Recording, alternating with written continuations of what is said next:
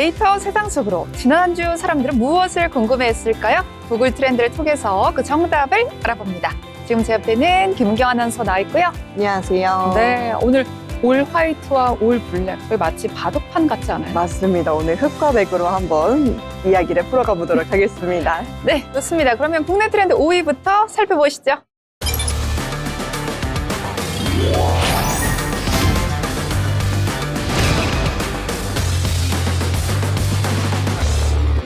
네, 유방암입니다. W코리아가 지난 10월 15일 서울의 한 호텔에서 유방암 인식 개선 파티 캠페인을 벌였는데요. 근데 행사 운영 방식이 본래 취지와는 맞지 않는다는 논란이 불거졌습니다. 유방암 한우와 그 가족들은 이거 연예인 파티 아니냐, 유방암이랑 도대체 무슨 상관이 있냐 비판하는 사건이 있었고요. 공식 사과문을 W코리아가 발표했지만 이미 그 신뢰가 훼손된 상태라고 합니다. 네, 맞습니다. 이번 행사장에서는 특히 SNS 영상에 와인잔을 든 셀럽, 그리고 파티, 드레스 코드, 축하 공연 등이 포착이 되면서 유방암 인식 개선이라는 본래 취지와는 다르게 연예인들 친목 파티로 변질되었다는 비판이 거세게 일어났습니다. 더군다나 유방암 인식의 상징인 핑크 리본 착용이 거의 없었다는 것이 가장 큰 문제인데요. 명목은 자선, 인식 개선 행사였지만 운영과 실행이 캠페인의 본질을 흐리게 했다는 것이 가장 큰 핵심이었습니다. 네, 방금 말씀해 주신 그 핑크 리본 있잖아요. 그거 같은 경우는 지난 20년 동안 착용한 셀럽이 단 2명밖에 없었대요. 그러니까 사실은 아무도 그 인식과 관련 없는 그런 행위를 했던 거죠. 네. 그래서 더 나아가서 기부금 집행 내역과 발표도 논란이 되고 있는데요. 이 W코리아가 공식적으로 발표한 지난 20년간의 누적 기부금은 약 11억 원이라고 발표됐는데 실제로 이제 조사를 해보니까 지난 20년간의 누적 기부금이 약 3억 1,569만 원이라는 보도가 있습니다. 굉장히 큰 이런 투명 재정성도 문제고 책임의식도 문제다 뭐 이런 이야기들이 있어요. 네, 맞아요. 정확히 말씀해 주셨는데요. 또한 유방암 인식 향상 캠페인은 단순히 보여주기 행사가 아니고 조기 검진, 촉진, 사회적 인식 개선이라는 축이 함께 가야 한다는 지적이 가장 많이 있습니다. 그런데 이번에는 분위기만 화려했고 실질적인 메시지 전달이나 실천 규모가 따라오지 못했다는 것이 가장 큰 문제점이었는데요. 이 때문에 유방암과 직접 연결된 당사자들, 즉 환우와 그 가족들이 상처를 받았다는 사회적 감성이 가장 커졌습니다. 네, 이번 효과를 통해서 빈수레가 요란하다라는 말이 생각이 났는데 유방암과는 전혀 상관이 없는 그런 캠페인이었던 것 같습니다. 유방암이라는 이 무거운 주제를 다룰 때는요, 진심을 가지고 다뤄야 되지 않나라고 생각이 들고요. 그것이 곧 대중의 신뢰로 이어질 것 같습니다. 그러면 앞으로 계속해서 4위 키워드 보시죠.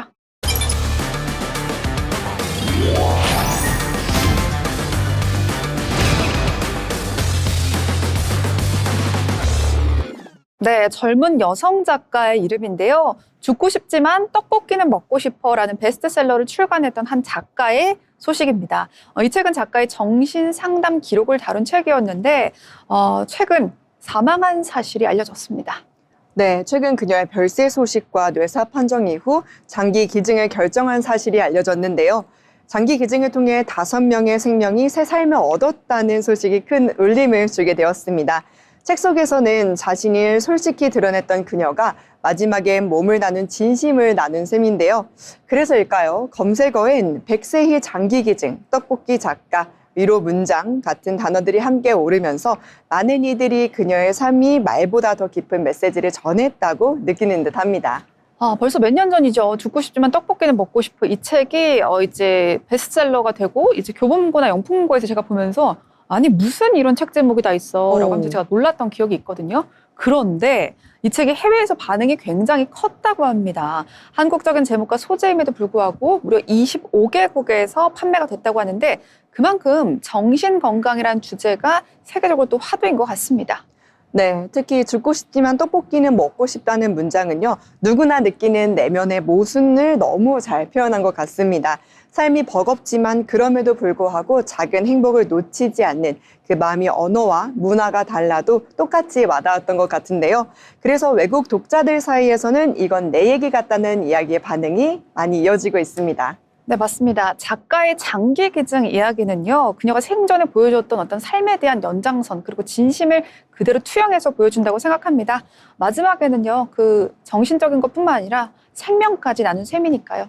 계속해서 다음 키워드 보도록 하겠습니다.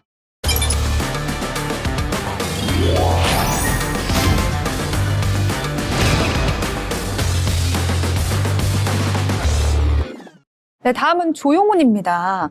조용훈 선수는 2006년 현대 유니콘스에 입단해서 이후 넥센 히어로즈에서 활약했던 대표적인 국가대표 선수 중에 한 명인데요. 그만큼 유망주 중에 유망주였는데 또 안타까운 소식이 생겼습니다. 잦은 부상과 경기력 저하로 인해서 프로 무대에서 오래 지속되지 못한 점이 팬들에게 굉장히 큰 아쉬움으로 남았던 그런 선수였는데요. 은퇴 후에는 유튜브로 전업하면서 일반인의 삶에 적응하고자 했지만 최근에 또 안타까운 소식이 들려왔죠. 맞습니다. 야구 선수로서 정상 궤도에 올랐지만 은퇴 후의 삶은 큰 갭이 있었던 것 같은데요. 지난 10월 17일 조용훈 선수는 생방송 유튜브 라이브 방송 도중 아파트 옥상에서 추락하면서 안타깝게 세상을 떠났습니다. 당시 고 조용훈 선수는 라이브 방송 중에서 진행 중이었고요. 일부 시청자들이 이상 행동을 신고했다는 보도가 있었습니다. 이 같은 사망 방식이 많은 사람들에게 큰 충격을 주게 되었었고요. 유튜브 라이브 방송 중 사고라는 새로운 위험 요소도 함께 떠오르게 되었습니다. 이 사건은요, 단순히 인물의 하나의 어떤 개인적인 비극을 뛰어넘어서 여러 가지 의미 있는 질문을 남겼습니다. 첫 번째, 은퇴, 전업, 그리고 정신건강이라는 세 가지 요소가 맞물려서 질문을 남겼고요. 두 번째는 라이브 방송이나 인터넷 플랫폼에서 스타 출신 BJ들이 겪는 어떤 정신적 트라우마, 이런 것들, 노출과 부담에 대한 어떤 위험이 생길 수 있지 않나라는 그런 것들도 우리 사회가 돌아보게 했던 것 같습니다. 정말 안타까운 소식이 오늘 3위, 4위 계속 이제 왔다 갔다 하는 것 같아요. 맞습니다. 정신건강 진짜 중요한 것 같습니다. 맞습니다. 무엇보다 스트레스 관리가 제일 중요한 것 같아요. 아무래도. 맞아요. 젊은 날의 스트레스 관리 정말 중요한 것 같고요. 계속해서 다음 키워드 보시죠.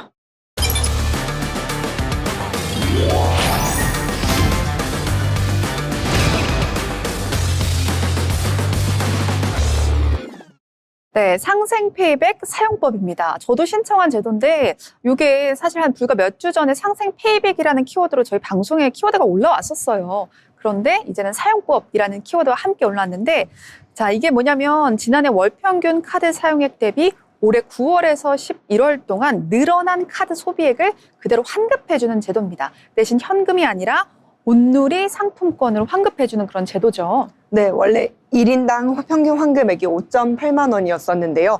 하지만 이 실적 인정에는 사용처 제한이 있다는 점이 유의해야 될 사항입니다. 대형 마트, 백화점, 온라인 쇼핑몰, 프랜차이즈 직영점 등은 대상에서 제외가 되고 있고요.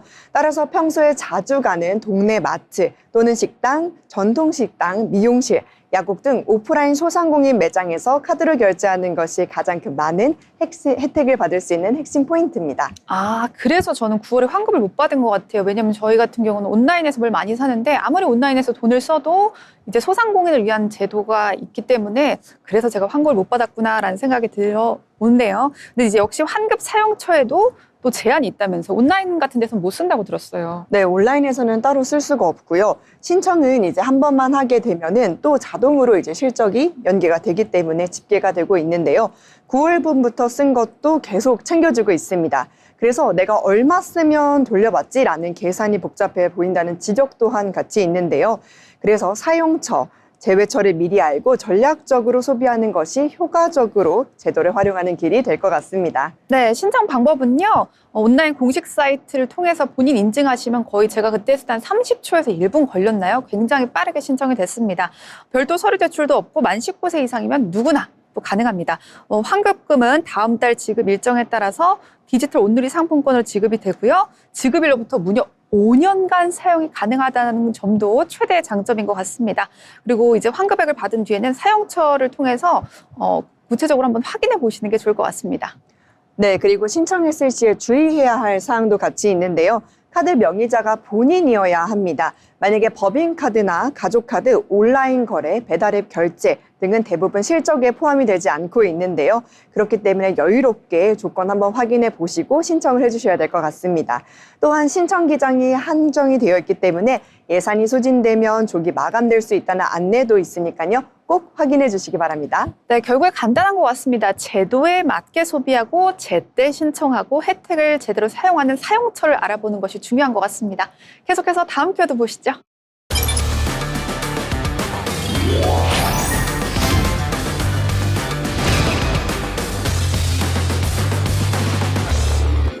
네, 대망의 키워드는 10만 건 이상 검색된 롤드컵입니다. 이번 롤드컵은요, 중국 베이징, 상하이, 그리고 청두에서 열렸는데, 대형 이벤트였습니다. 이제 일정도 10월 14일부터 11월 9일까지 약 한 달간 진행된다고 합니다. 특히 스위스 스테이지라는 방식이 도입되어서 각 팀이 여러 경기를 치르면서 성적을 쌓아가는 방식으로 조금 바뀌었다고 들었어요. 네, 이번에 좀 바뀐 게 조금 있는데요. 이러한 변화 덕분에 단순한 승패 경쟁을 넘어서 팀, 전략, 정신력, 적응력이 더 중요해졌습니다. 기사에 따르면 대회 시작 첫날부터 시청자 수가 역대 최고치를 기록했다는 보도가 있는데요. 개막전에서 T1이 인버터스 게이밍을 꺾으면서 조회수가 250만을 넘었다고 합니다.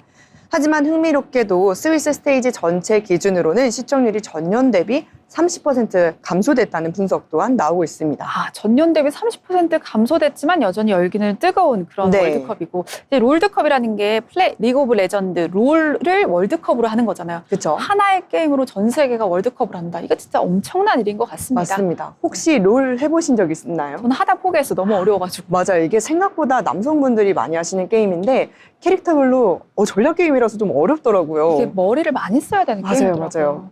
그럼에도 불구하고요, 저희 한국 리그죠. 네. LCK 소속 팀들이 여전히 강세를 보이고 있다고 합니다. 특히 KT 롤터스가 스위스 스테이지에서 3전 전승으로 8강 진출이 확정이 됐고요. 또 반면에 또 다른 한국 강호 T1과 젠지는 예기치 못한 패배를 당하는 그런 아쉬운 소식도 있긴 했습니다. 네, T1과 젠지가 끝까지 포기하지 않고 끝까지 좋은 결과를 보여주기를 응원해 보도록 하겠습니다. 이러한 상승세와 동시 위기의 순간까지 한국 팀들 우승 후보라는 위치에서 전략적, 정신적 준비가 얼마나 중요한지 다시 한번 보여줄 수 있는 모습을 볼 수 있었습니다. 네, 이런 한국 팀들의 여전한 강세가 이제 우리 국내 팬들의 어깨를 뿜뿜 자부심을 느끼게 해주는 그런 일인 것 같습니다. 지금까지 국내 트렌드였습니다.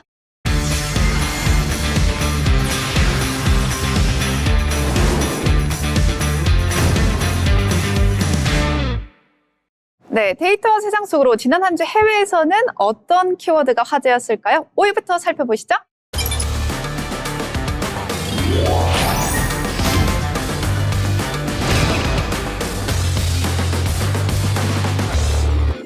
MTV입니다. 1980년대서부터 음악의 상징이었던 MTV가요, 여러 번 채널 폐쇄를 한다고 합니다. 저 이 얘기 듣고 진짜 말이 안 된다 이렇게 생각을 했는데 MTV 뮤직, MTV 80s, MTV 90s 5개 채널 등이요, 올해 말에 모두 다 종료된다라는 소식을 들었는데 그 소식이 전해지자 우리 세대가 사라진다, 뭐 이러한 이야기들도 있었어요. 네, 맞습니다. 이번에 단순히 하나의 방송 채널이 문을 닫는다는 소식이 아니라요.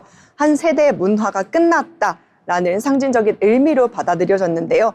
마이클 잭슨, 마돈나, 브리트니 스피어스, 우리가 이름만 들어도 알 수 있는 연예인들이 떠오르는 전성기 모두 다 MTV에서 시작을 했습니다.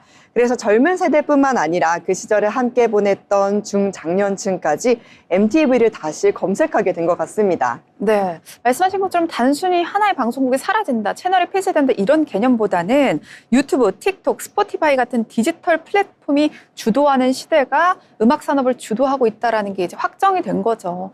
이제 음악을 TV로 보는 시대가 아니라 손안의 화면으로 소비하는 시대가 되었다는 걸 인정할 수밖에 없을 것 같은데, 그래서 MTV의 폐쇄는 단순한 경영 악화, 경영 문제라기보다는 미디어 산업이 겪고 있는 어떤 구조적인 변화를 보여주는 것 같습니다. 네, 맞습니다. 이렇게 구조적인 변화를 같이 볼 수 있었는데요. 전문가들은 이번 MTV 채널 폐쇄를 케이블 음악 채널의 종언이자 새로운 미디어 세대 탄생이라고 표현을 했습니다. 과거 MTV가 청춘의 언어였다면 이제는 그 역할을 틱톡과 유튜브가 이어받았고 있는 셈인데요. 결국 이번 이슈는 음악의 세대 교체이자 문화 소비 방식의 세대 교체라는 점에서 볼 수 있습니다. 한 시대를 정말 풍미했던 MTV가 종료된다라는 이 키워드를 보자마자 뭔가 감성이 좀 아릿아릿했거든요, 저는. 이렇게 문화가 바뀌고 세대가 바뀌는 그 현장의 상징을 오늘처럼 또 이렇게 계속 볼 수 있게 된 것 같습니다. 이제 사람들은 새로운 플랫폼 속에서 나만의 MTV를 찾고 있는 거 아닌가라는 생각이 듭니다. 자, 계속해서 4위 키워드 보시죠.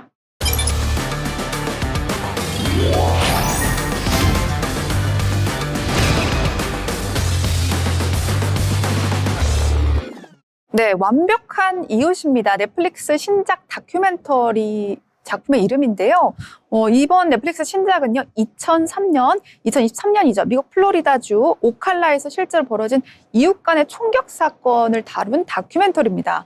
35세 싱글맘인 AJ 오웬스가 이웃이죠. 수잔 로렌츠에게 총격을 받고 숨진 비극적인 사건을 다큐로 만들었다고 하는데, 겉으로는 뭐 평범한 동네 갈등처럼 보였지만 다큐는 그 안에 인종 갈등, 그리고 정당방위 강화법의 어떤 그림자, 이면들을 다루고 있다고 하죠.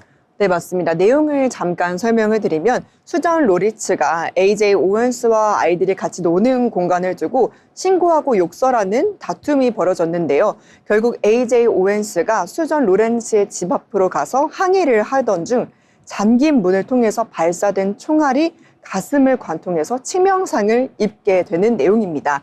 이 작품은 단순한 사건 재구성이 아니라요, 우리 사회의 이웃관계가 얼마나 불완전한가를 또 질문을 하고 있습니다. 경찰 바디캠 영상, 9.11 통화 기록, 주민 인터뷰를 그대로 담으면서 사건이 폭력으로 변하는 순간들을 매우 사실적으로 보여줬습니다. 그래서 시청자들은 내 옆의 이웃, 그리고 작은 오해가 어쩌면 이런 비극으로 갈 수도 있지 않을까 하는 현실적인 두려움을 갖게 돼서 더 키워드로 올라간 것 같습니다. 네, 사실 미국 사회에서 어떤 총기 난사라든지 총격 사건이 이제 너무나 일상적이긴 한데, 사실 이 작품은 무너진 공동체의 경계, 즉 우리 이웃 간의 어떤 이해관계를 또 다루고 있습니다. 이웃 간의 관계가 사소한 불만에서 혐오로 결국 총기로 이어지는 이 과정을 굉장히 세밀하게 다룬 다큐멘터리라고 하는데요. 특히 플로리다주의 자기방어법이 결국 누구를 보호하고 있냐, 누구를 위협하고 있냐라는 법에 대한 의문도 제시합니다. 그래서 이 작품은 단순히 범죄 다큐를 넘어서 사회 공존의 문제를 담고 있는 그런 다큐다라는 평가가 있어요. 네, 결국 완벽한 이웃은 존재하지 않는다라고 이야기를 하고 있는데요. 다큐 마지막에는 피해자 아이들이 이웃이란 서로 지켜주는 사람이야 라고 말하는 장면이 등장하는데요. 그 짧은 대사가 모든 걸 설명해 주는 것 같습니다. 우리 사회가 진짜로 필요한 완벽한 이웃은 친절함이나 또는 완벽함이 아니라 서로를 이해하고 멈춰주는 마음이라는 메시지를 통해 볼 수 있었습니다.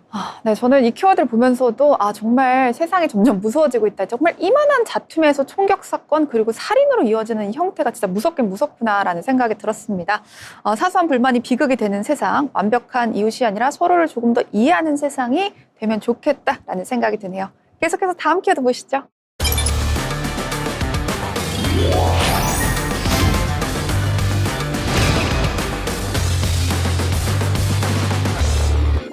네, 추억의 락밴드 이제 가수 이름인데, 에이스 프레일리는 1970년대 미국 락을 대표하는 키스의 창립 리드 기타리스트이자 또 스페이스맨이라는 무대 캐릭터로 잘 알려진 가수인데요. 화려한 메이크업과 폭죽을 동반한 이런 퍼포먼스형으로 많은 사람들의 주목을 받았죠. 네, 맞습니다. 특히 에이스 프레일리는 단순한 연주가를 넘어서 쇼맨십이나 사운드가 결합된 록의 아이콘이었는데요. 특히 나는 악보도 못 읽지만 최고의 기타리스트가 될 수 있다고 말할 정도로 독학과 직감으로 기타 인생을 개척했습니다. 또 2014년에는 키스 멤버로서 밴드가 록앤롤 명예의 전당에 현액되면서 음악적 영향력도 공신력으로 인정받게 되었습니다. 네, 그런데 이런 그에게 최근에 또 안타까운, 오늘 이번 주는요, 정말 너무나 많은 스타들과 작가분들, 다양한 분들의 이제 죽음 소식이 있는데, 이분도 별세를 했다고 합니다. 최근에 낙상사고로 뇌출혈을 겪었고요. 지난 10월 16일 향년 74세로 세상을 떠나게 됐습니다. 사망 소식에서 전 세계 팬들과 뮤지션들이 정말 추모의 애도의 물결을 표현했는데, 그만큼 에이스의 죽음은 단지 개인의 비보라기보다는 락 역사의 어떤 상징적인 그런 이야기가 있는 것 같습니다. 네, 맞습니다. 이번 소식은 스타가 사라졌다는 단순한 사실 너머에서 우리가 사랑해온 문화의 한 조각이 저물었다는 감정이 느껴지는데요. 에이스 프레일리가 만든 무대의 이미지, 기타 소리, 그리고 스페이스맨이라는 캐릭터는 이제 레전드로 남았고요. 앞으로도 후배 뮤지션과 팬들에게 영감을 줄 것 같습니다. 기타 한 소절이 남긴 여운이 다시 한번 되새기면서 그에게 경의를 표해보도록 하겠습니다. 네, 흔히 팬들은 이렇게 말하더라고요. 우주보다 넓은 기타 솔로, 그리고 표호보다 뜨거운 무대였다라고 이제 이야기를 하는데 그가 남긴 선물은 아마 영원히 우리 팬들 가슴속에 함께하지 않을까라는 생각이 듭니다. 계속해서 2위 키워드 보시죠.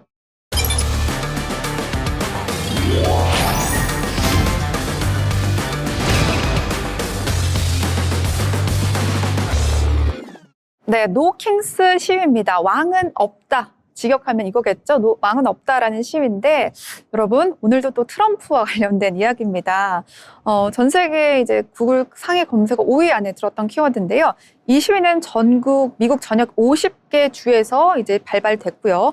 또 해외 주요 도시까지 포함하면 무려 2,700여 곳에서 동시에 열렸다고 합니다. 주최 측은 약 700만 명 이상이 전 세계에서 참여했다라고 밝혔고, 미국 현대사에서 뭐 대규모 집회, 대규모 시위가 아닌가라는 생각이 드네요. 네, 노킹즈, 왕은 없다라고 이야기를 하는데요. 시위대는 현직 대통령인 도널드 트럼프의 권력 집중을 마치 군주처럼 행동했다고 비판하면서 민주주의 사회에는 왕이 없다는 구호를 내걸었습니다. 결국 이 구호가 단순한 정치 슬로건을 넘어서 시민이 권력을 되찾겠다는 상징적인 외침이 된 겁니다. 네, 이 규모가 상당했고 상징성도 어마어마했습니다. 미국 전역뿐 아니라 유럽, 캐나다, 일본 등에서도 연대 시위가 이어졌다고 하고요. SNS 찾아보니까 수백 건의 영상들 그리고 뭐 현장 사진이 실시간으로 퍼졌는데 그래도 보니까 평화 시위였어요. 평화 시위였다는 점이 굉장히 중요한 것 같고 뭐 언론과 유튜버 이런 사람들이 키워드로 검색하면서 트래픽이 실시간으로 집중된 것 같습니다. 네, 또 하나는 이 시위가 던진 메시지인데요. 노킹즈라는 말 안에는 민주주의의 근본 가치, 즉 국민의 주권을 지키겠다는 뜻이 강력하게 담겨 있습니다. 그래서 정치적 입장을 떠나 많은 사람들이 단순하게 이건 반대가 아니고 새로운 메시지, 즉 새로운 시민의식의 시작이라고 해석을 했는데요. 결국 권위주의에 맞선 민주주의의 재점화가 이번 검색의 급등의 핵심 배경이라고 볼 수 있을 것 같습니다. 네, 결국 이번 시위는요, 미국 사회의 어떤 급변과 시민 각성을 상징하는 계기가 된 것 같습니다. 자, 그럼 계속해서 마지막 1위 키워드 보시죠.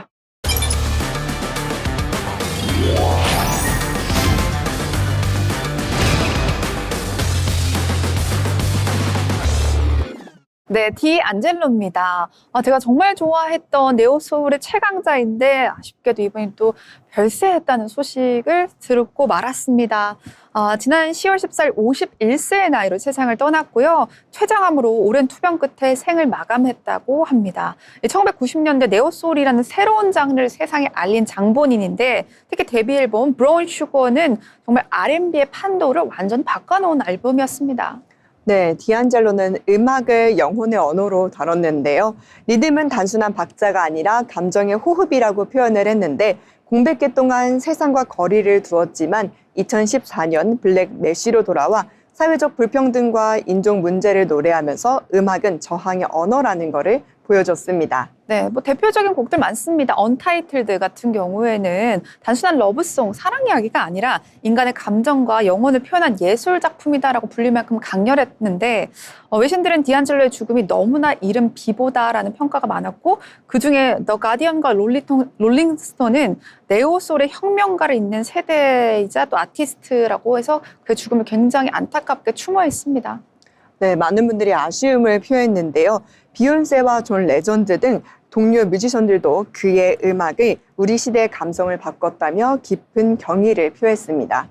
저 지금 보신 사진이 비욘세 인스타그램에 올라있는 그 사진인데 네, 맞습니다. 저는 정말 그의 음악을 좋아했던 팬 중에 한 명으로서 그 시간이 흘러도 그 감정은 영원할 것이다 라는 생각이 들었습니다.